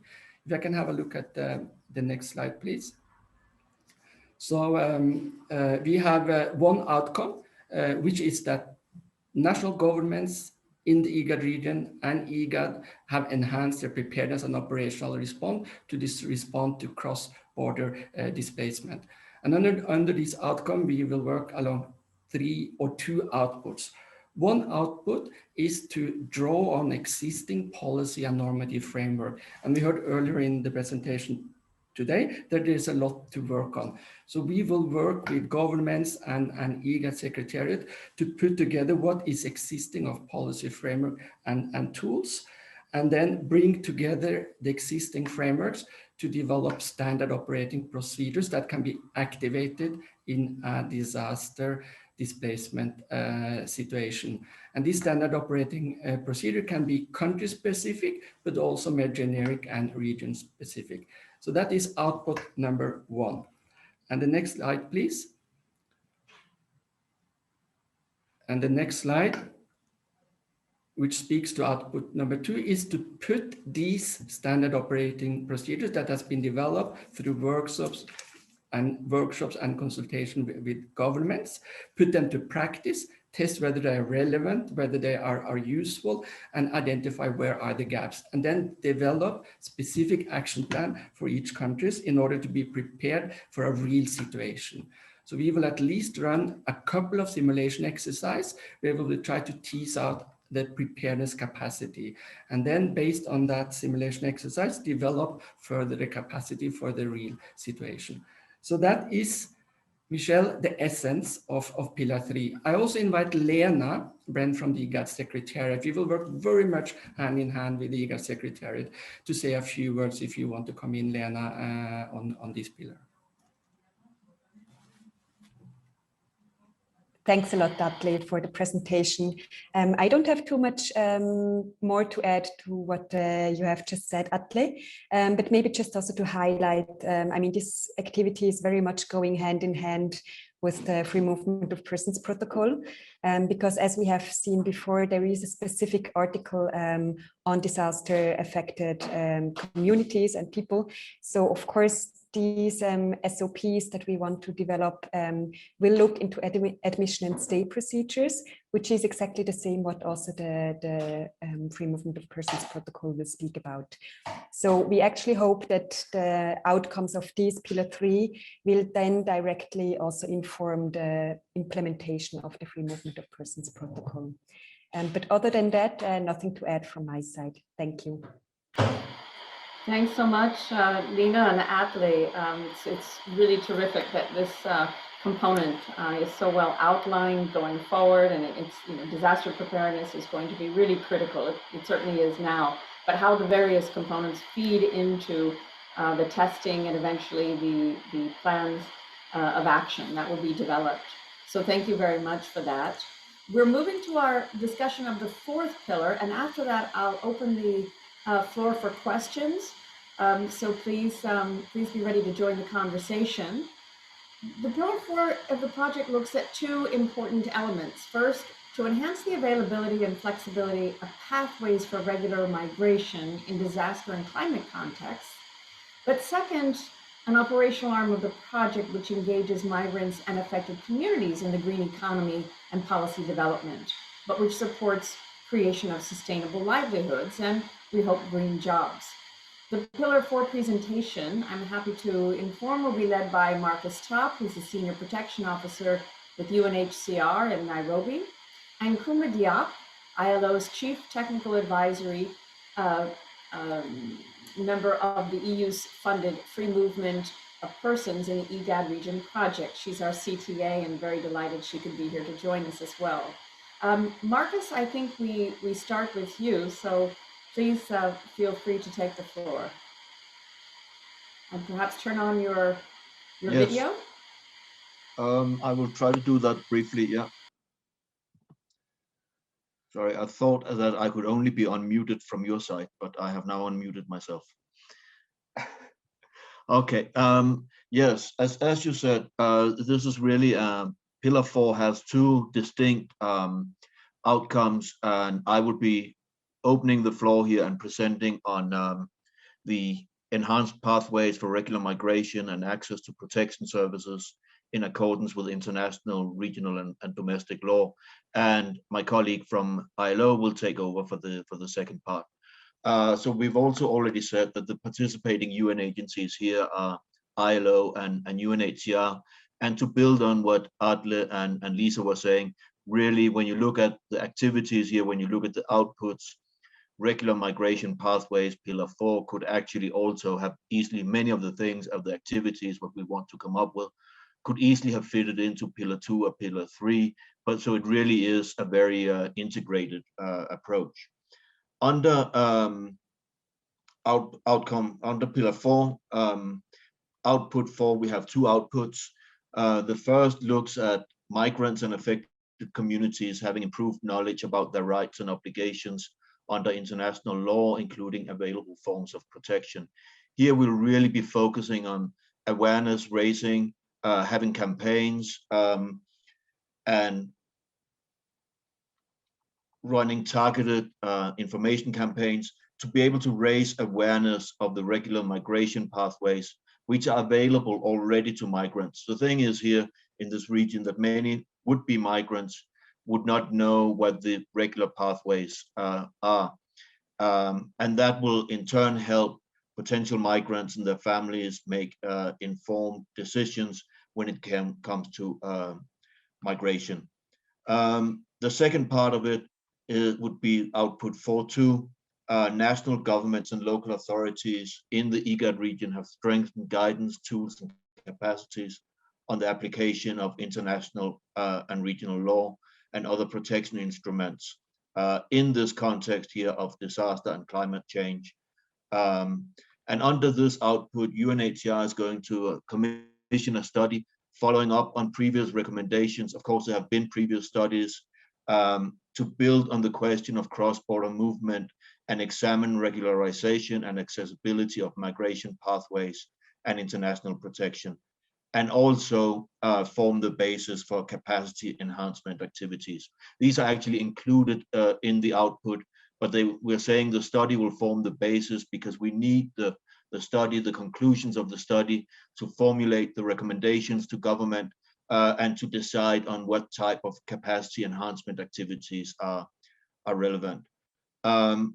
So we will use this study to build understanding amongst member states and regional partners about the protection challenges impacting on migrants and displaced persons and ways to address them more effectively. Also, the study will seek to address or at least partially remedy the lack of data that we talked about under Pillar 1 and related protection gaps on response to climate-induced movement in the region. There'll be a particular focus on women and girls and assessing if practices are affecting them disproportionately, and also have a view of the rights of the children, as many of the people who are moving in this region are children. Primarily, the study will analyze the rights of migrants and displaced persons in view of the existing legal frameworks and assess how their rights are protected. The study will have a field-based component. It will be a field study, a desk review first, but then followed with a field study that was quite important to us. And here we have obviously both as a component of the study, but also as a constraint, the issue of COVID-19.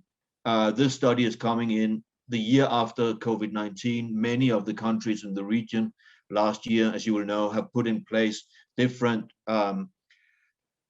restrictions on movement between countries, which were related to COVID-19 and therefore supposed to be temporary in nature, but it is something that we will have to review.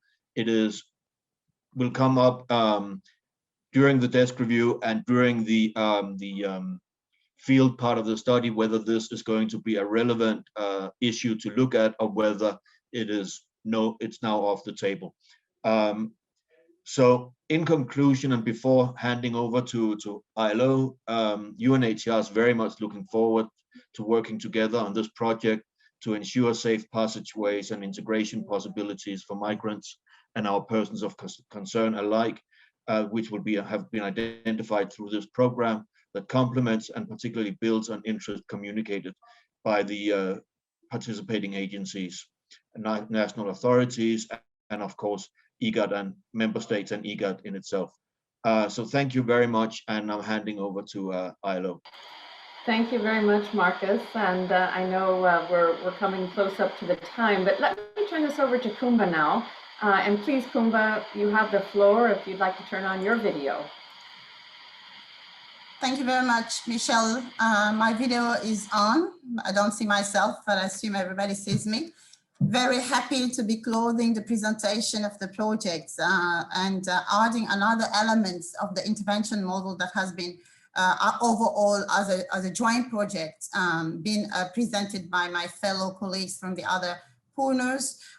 Just wanted to also to highlight before I got into outcome 5 that, as other members have said, we are all working on the different component of the pillars and building on our comparative advantage, but also ongoing work that we have done all of us already in the region on issues related to climate change, employment, and migration. Just to say also that the research that Marcus presented will also be used to develop materials for awareness raising campaign that will be under the leadership of ILO within outcome 5, just to show again the interconnectivity between the work that are done by other agencies and how we can build on that. Coming to outcome 5, I'm very happy to present outcome 5 because it's adding, as I said, a missing link, which is how about the world of work and the impacts on employment and how climate change and climate change is impacting labor migration and also the labor markets at national and local levels, and how we can come up with some responses.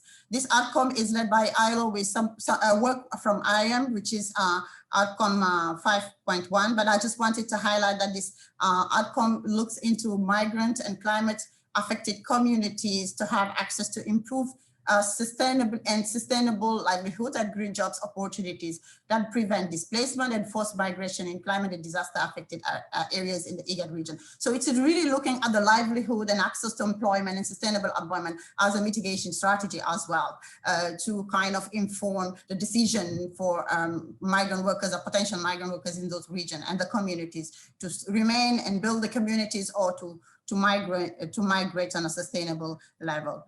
And just wanted to say that this component, outcome 6, is building on a work that the ILO has been also championing with IGAD under the framework of the project that I'm leading, which is the Free Movement of Person and Transhumans project that is being implemented with IGAD Secretariat funded by EU.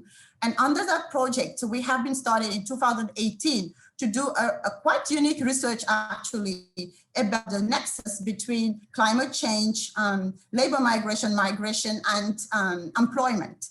And I just wanted to highlight that that research was aiming at building knowledge and deepening understanding of the links between those elements I talked about, climate change, migration, and employment, in order to inform member states at policy level, but also at operational level.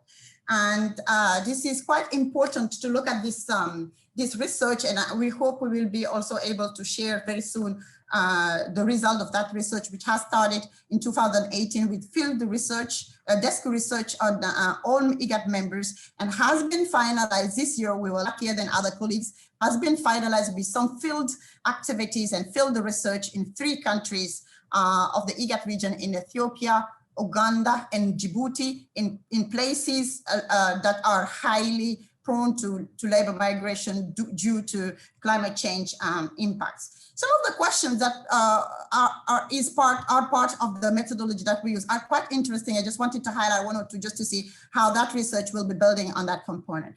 One question, for example, is how climate change variables are affecting employment opportunities in the IGAD regions, for example. Or another one is the decision to move.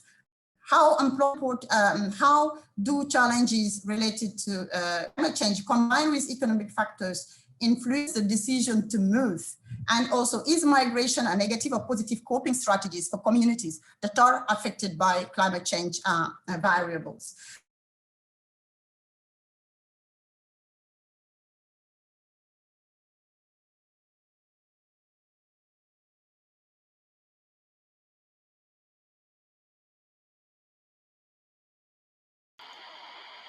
Kumba, I'm not sure. Are you?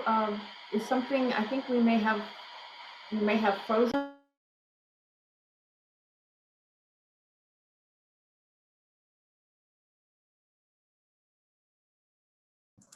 I'm back. Do you hear me? Yes. Sorry, Okay. we lost you for a moment. Exactly. So thanks to wrap Sorry. up. Exactly. So the outcome 5 is related to policy research that was introduced by Lisa earlier on outcome 5.1 to look at review and analyze mobility references in national and regional green economies and policies, and to pilot at the community level some of the recommendations that will come from that research that Lisa talked about, and most importantly, bring lessons and further recommendation in policy and coordination forum. The second part, outcome 5.2, is to look at what are the opportunities for green entrepreneurship, green jobs in communities that are affected by climate change and disasters, and develop some responses towards that. We will do so by having a rapid mass market assessment and validation of results. And by the way, this component, particularly the one led by ILO, which are outputs 2.2 and 5.2 and 5.3 are implemented in Ethiopia only.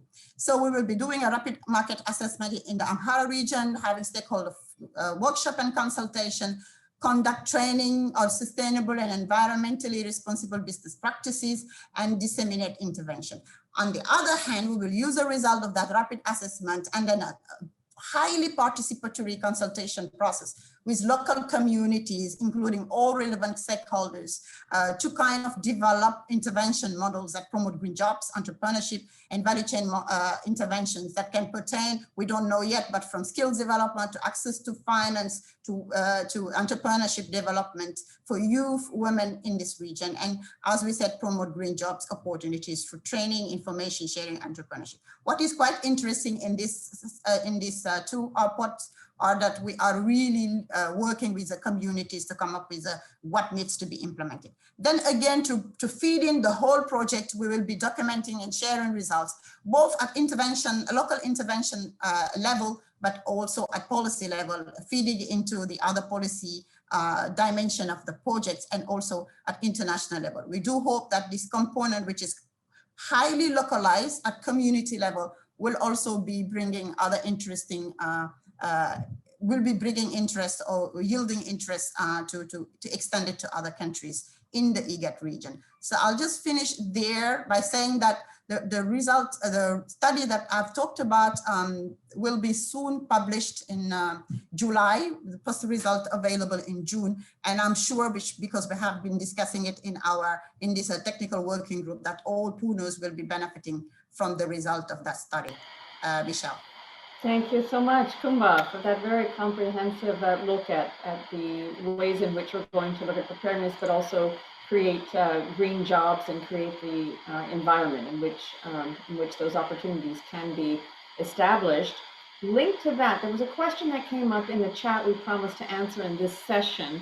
So I'd like to just see if you could answer briefly, and then I see another question in the chat. The organizers have said we have a few minutes to go into the closing session, so if we could be very brief. But the first one to you, Kumba, was how can employers, organizations at the regional and national levels collaborate on climate issues in the region? And this, I think, links very well to what you've just told us. Maybe just a few words on that, and then I would come to the question in the chat, which may be for Marcus or Lisa. So, Kumba, please. Thank you very much, Michelle. It's a quite an interesting question, because we have the IGAD level social partners participating to this meeting, and it is a huge momentum, because last week we just had the IGAD Employees Organization and the IGAD Trade Union Confederation that were received by the IGAD ES Executive Secretary to discuss about how social partners are going to be supporting the IGAD work on free movement of person and protocol, like Lena talked about, but also other burning issues that are at stake in the IGAD region.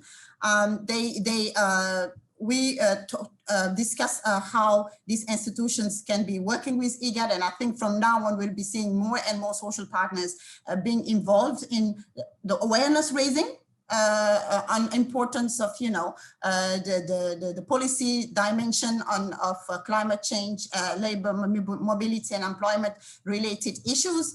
They're already ready for that. The knowledge development, joint declaration that they can have as social partners. As employers organization are federating the private sector, let's say, in each of the IGAD member states, they can bring in the climate change dimension in the discussion by the private sector to see how employers organization have their role to play. And ILO has done extensive work with what are the policies and the intervention that can be put forward by employers' organization to support skills development, to support opportunity adaptation opportunities for the communities in the project, that in the component that I just presented. We will be working with local employers organization also to test some of those initiatives. So just to say that we have the social partners here, and we hope to also having them as key partners in the implementation of this joint project. Thank you so much, Kumba. And now I see there are questions coming in the chat. I'm not sure how much we have time for, but Dieter Van Morham has asked, and I think either Lisa or Marcus, you may want to see if you can address this.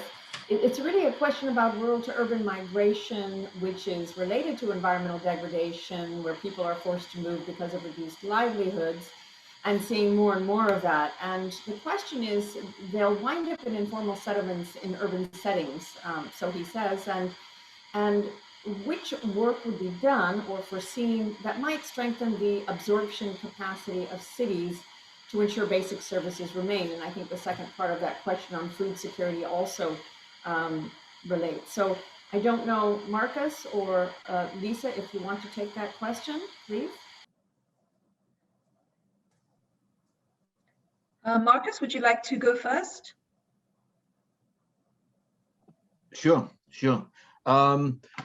Well, from the way that Dieter is phrasing this question, of course, makes it a bit complex, because it's phrased more as a forced displacement issue than an actual migration issue.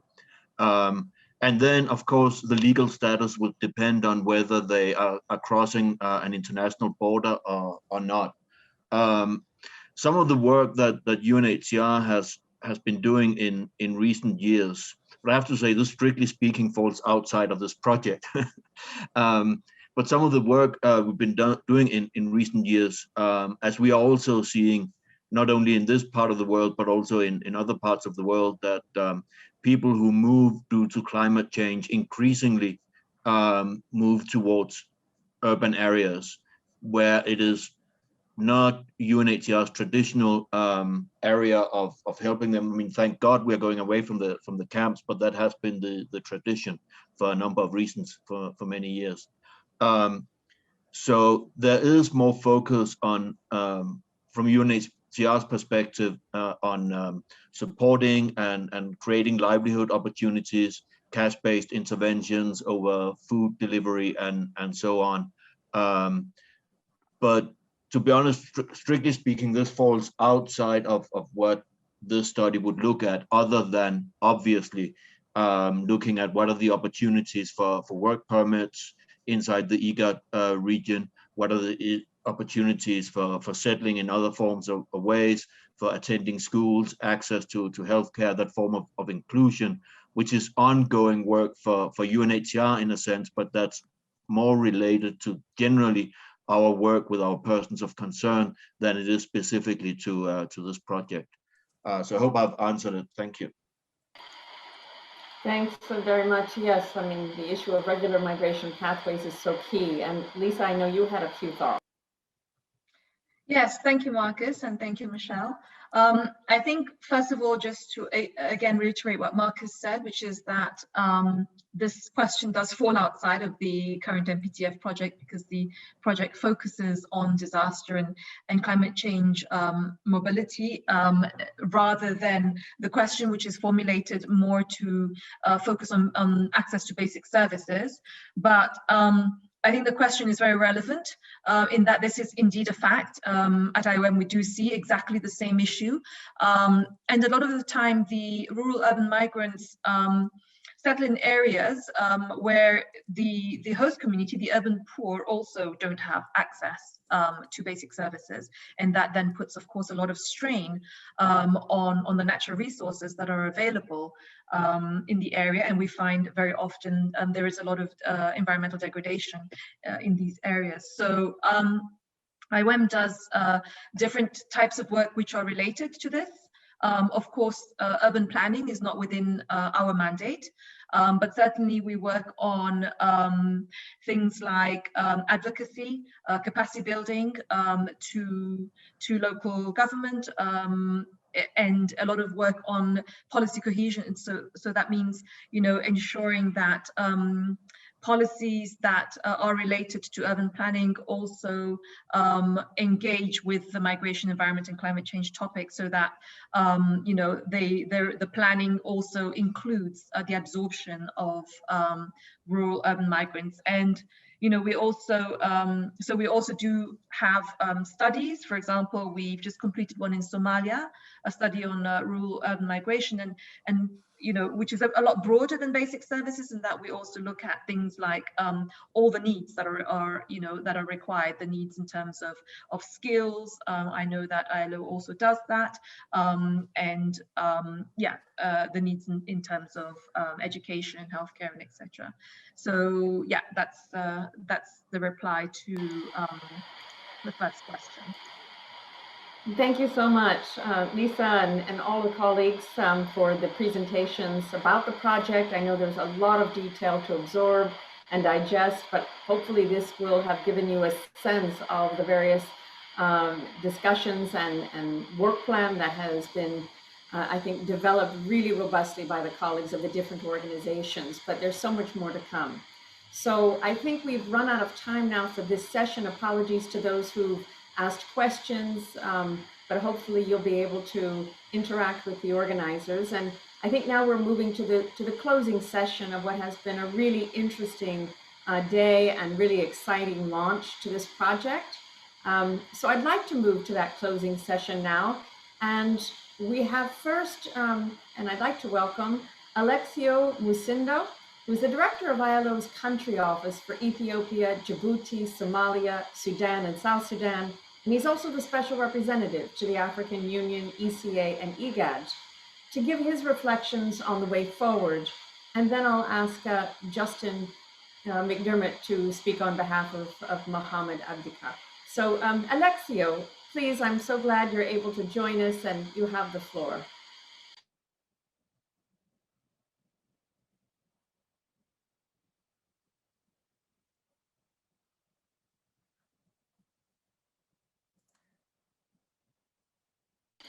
Sorry, Alexio, I'm not able to hear you. Apology, I don't know if it's yours or my microphone.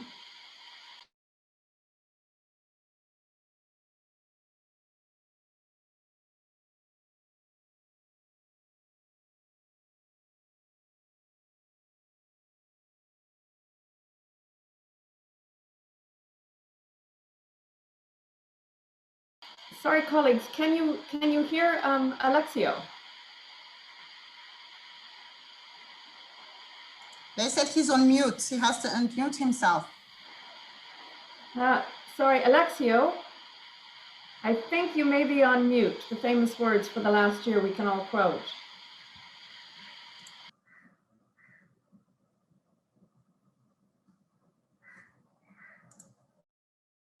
Or perhaps something wrong with the microphone.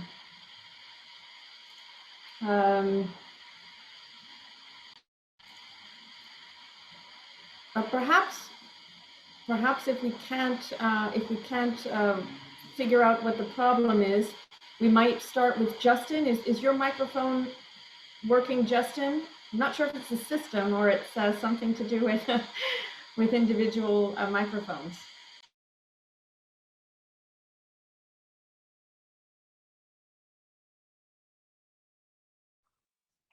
Hello, can you hear me now? Yes, yes. Okay. I'm not sure if you have your video on or not, but I've just turned it on. I have two separate units, one with a video and one with a speaker, so it might not find me automatically. Thanks. But I've turned the video on. Okay, perfect.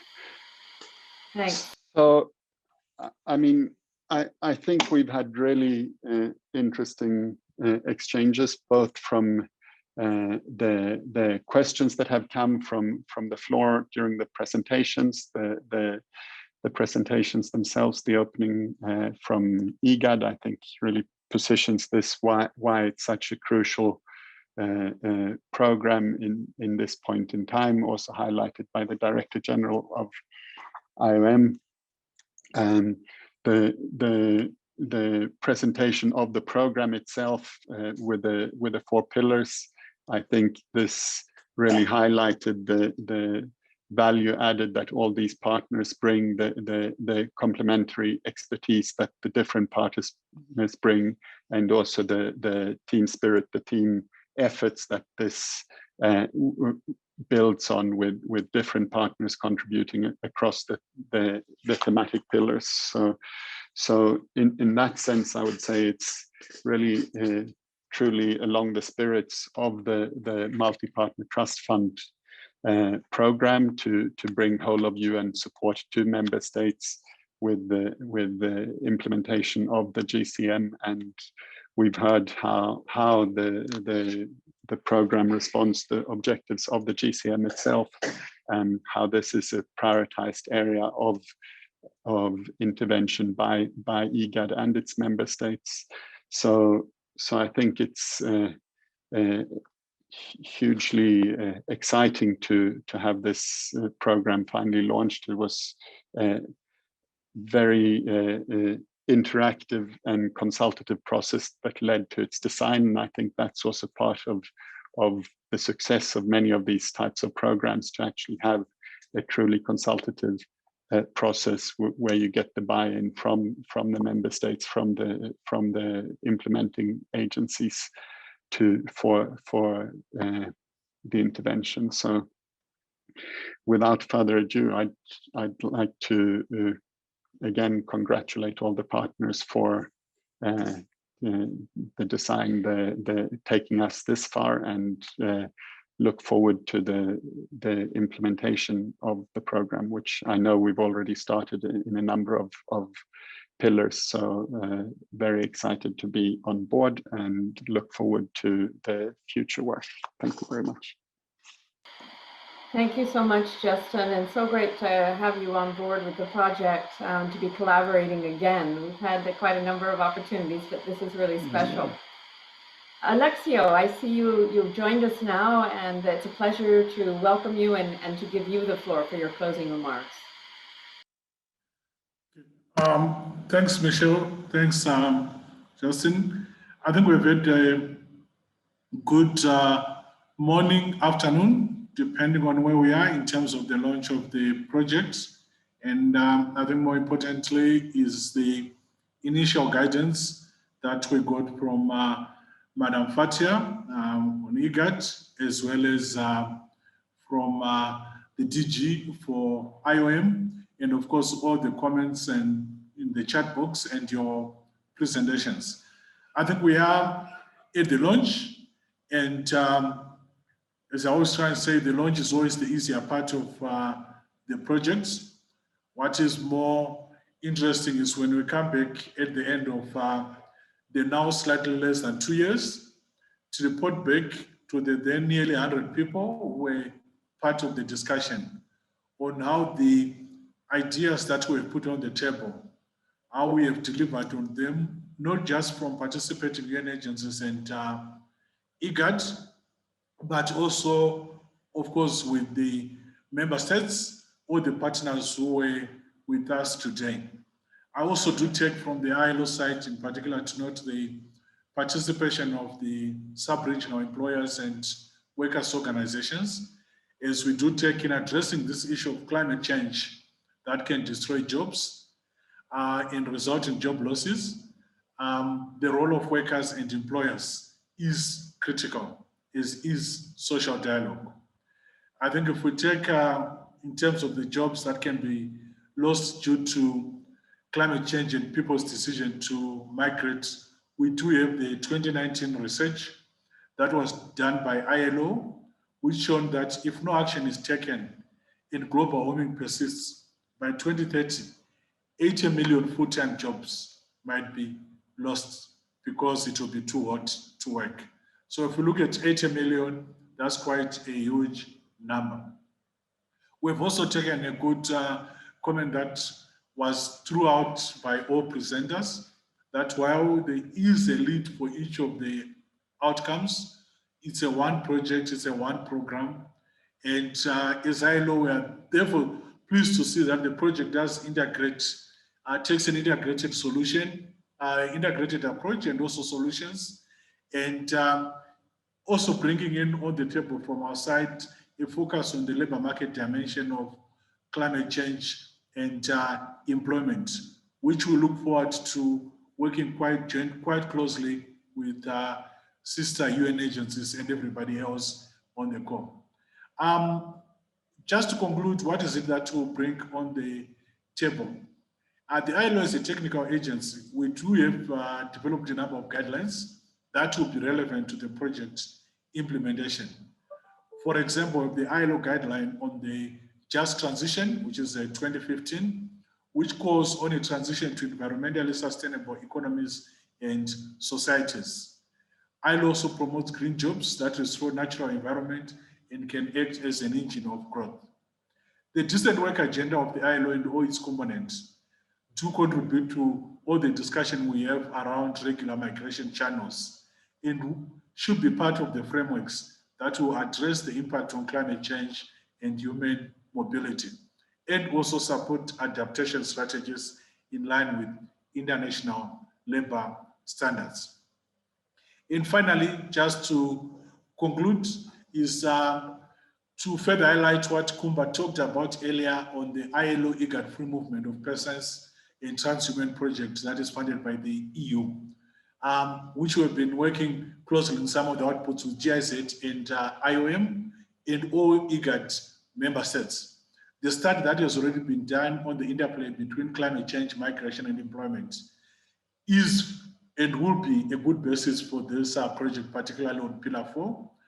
We do hope that this will be available in sometime in June, which is a few weeks from now. So with this, Michelle, and taking into account time as we're already well past the time, just want to thank everyone for their participation and look forward to a follow-up discussion where we'll now highlight what will be delivered in the process. Thank you. Thank you so much, Alexio and Justin, for closing this very informative session. And I thank you. I thank all the speakers and participants for your participation and your contributions to the session and this launch of the project. And I'd like to thank especially the Multi-Partner Trust Fund Secretariat and the donors for their financial support to this program. It truly is innovative, and we look forward to your collaboration. I think Heike on our team has posted in the chat box some materials and ways that you can contact the project and a resource library with details, and hopefully you'll be able to interact with us as we move forward. I think this is a great beginning, and I think we're only a few minutes over time, but really congratulations to all colleagues, exciting project. So we look forward to collaboration in the future. For now, thank you. Have a safe afternoon, evening, wherever you are. Thank you so much for coming. Thank you, Michelle. Thanks, colleagues. Thank you. Thank you, everyone. Thank you, Michelle, and everyone. Bye-bye. Thank you very much.